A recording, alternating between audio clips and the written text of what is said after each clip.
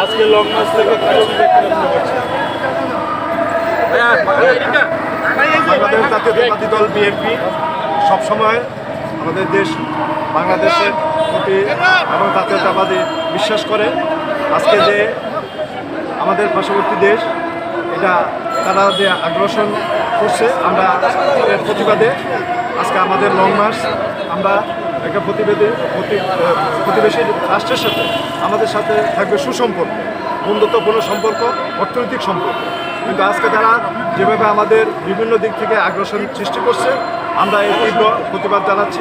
আজকে সেই প্রতিবাদের অংশবিশেষ আমরা আমাদের এই লং মার্চ এটা আমরা সফল এবং সার্থক হোক সেই প্রত্যাশা করছি।